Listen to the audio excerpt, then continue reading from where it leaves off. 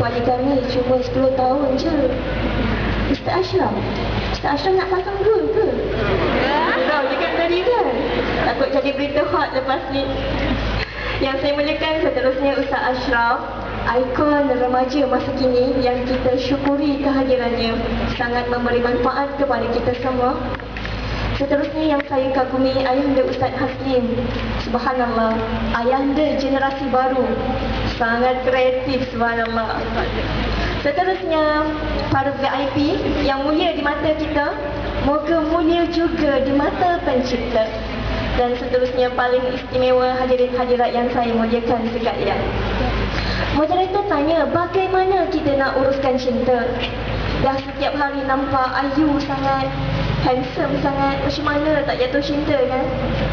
Masalahnya macam mana kita nak uruskan cinta tu?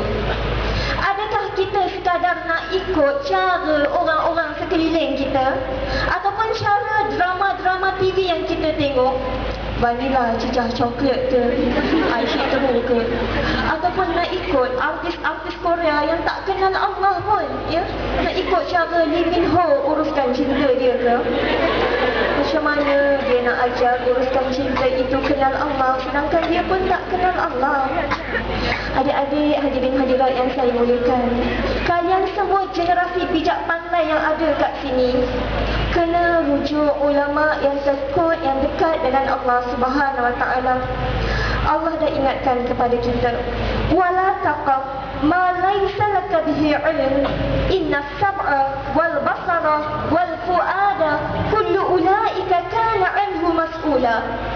Jangan kamu pandai-pandai apa yang kamu tak tahu ni, sebab pendengaran kamu, penglihatan kamu dan apa yang kamu rasai itu semuanya akan ditanya.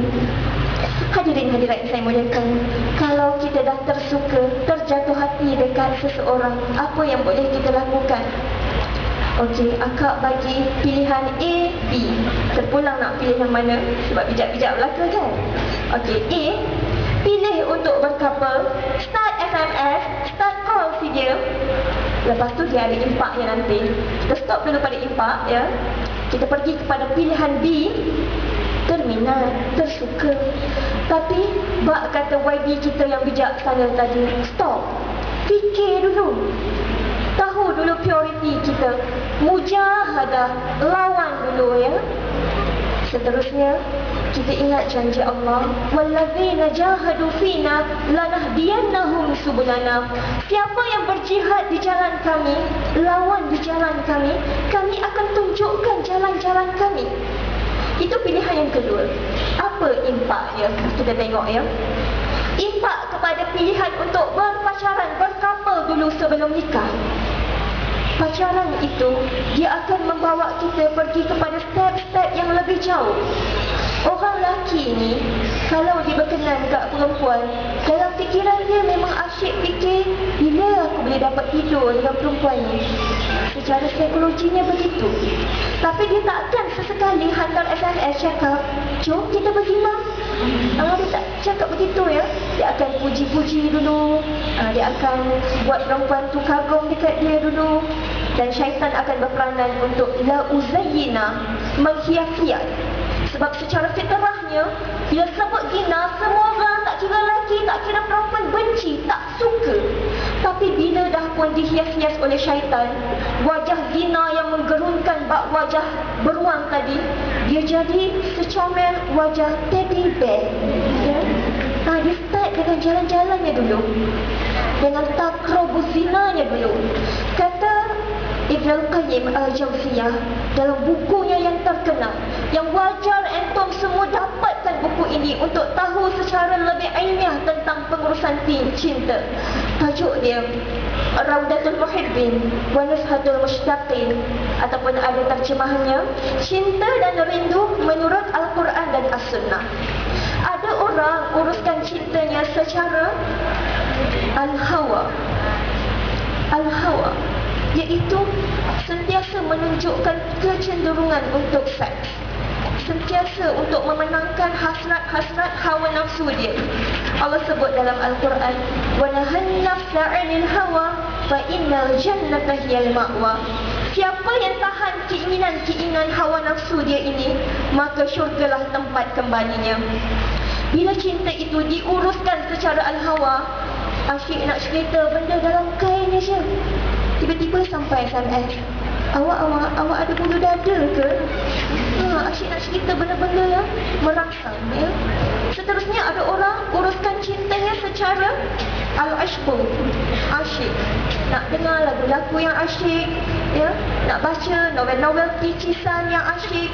Nak akad tak, ya? InsyaAllah nak akad bawa pada Allah, sebab akad rujuk buku Ibn Qayyim. Seterusnya al-ashqu ini, bila orang uruskan secara asyik, bila dengar peta negeri sedia disebut pun, kalau saat itu dia sedang bernafas, dia terlupa nak hembus balik nafas dia tu, sebab asyik sangat. Ada orang dia uruskan cinta dia secara at-tatayyum.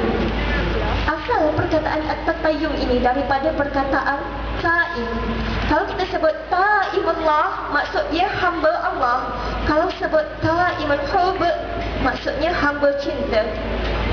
Kalau si dia nak exam esok, you nak exam esok, tak apa, biar I tolong studikan. Tak apa nak tunjuk dia sanggup abdikan diri buat apa saja. Tolong basuh kasut, tolong basuh baju yang kotor. Itu at-tatayyum.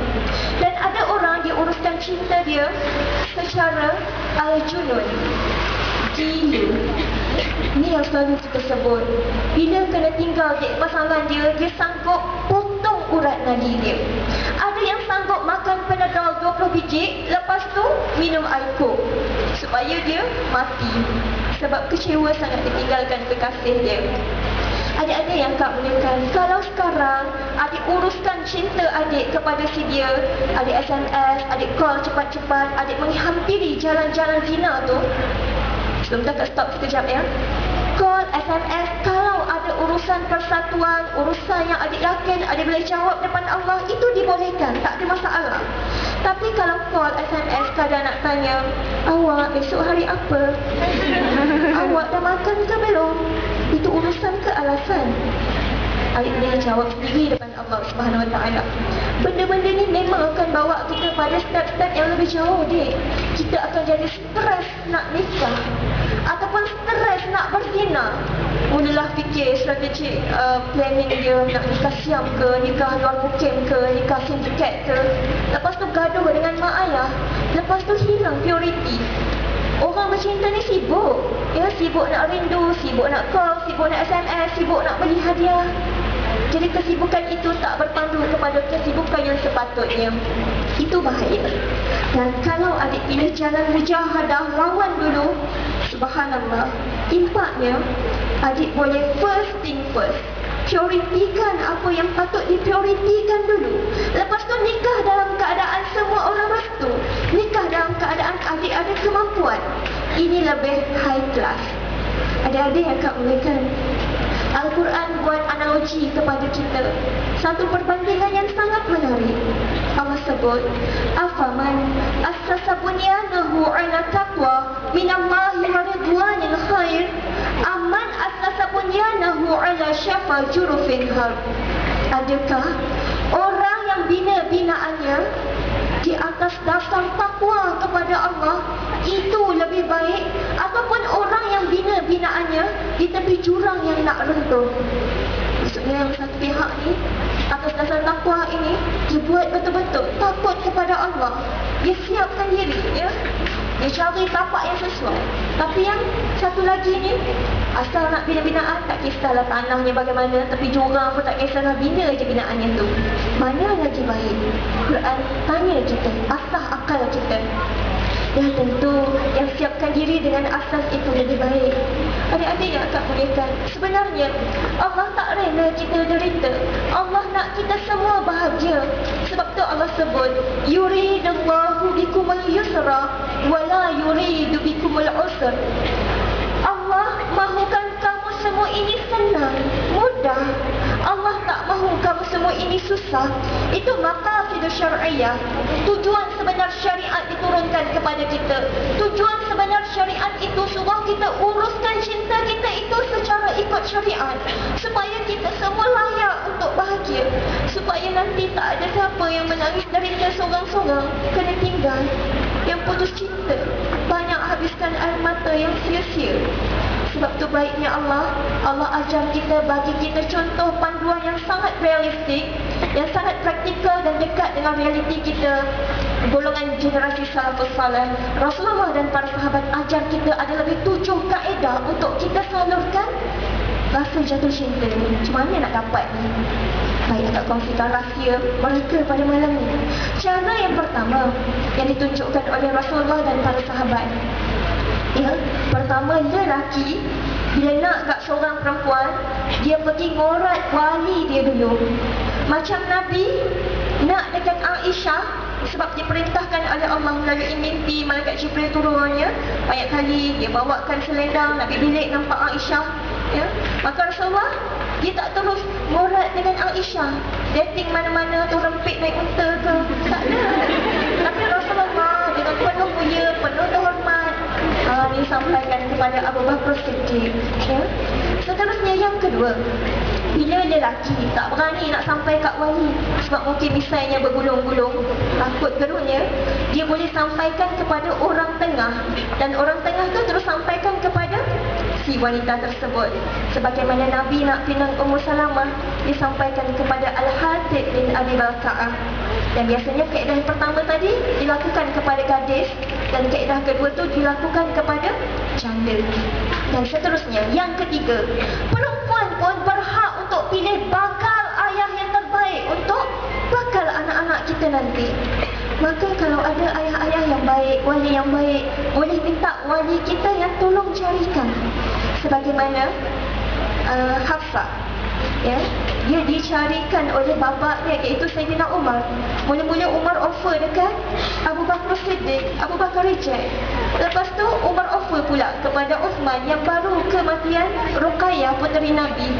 Tapi Uthman ni jenis suami yang setia pada satu cinta. Dia sedih lagi, berkabung lagi, ya. Maka dia tak nak lagi. Lepas tu datang pinangan yang lebih baik, iaitu pinangan Nabi SAW. Sebab tu kat sini, kalau ada siapa-siapa yang pernah kena tolak pinangannya, jangan sedih-sedih, sebab nanti insya-Allah akan datang pinangan yang lebih baik.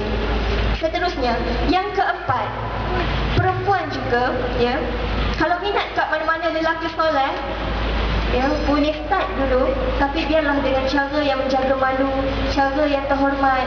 Boleh pilih mana-mana orang tengah yang dipercayai untuk sampaikan hasrat hati, sebagaimana Sayyidatina Khadijah. Bila dia minat dekat Rasulullah, dia tak terus panggil Nabi, paksa Nabi ke, ataupun suruh Nabi terus terima dia. Tak, dia sampaikan secara terhormat. Sayyidatina Khadijah mula-mula sampaikan hasrat dia kepada Nafisah binti Munabbih, sahabat baik dia.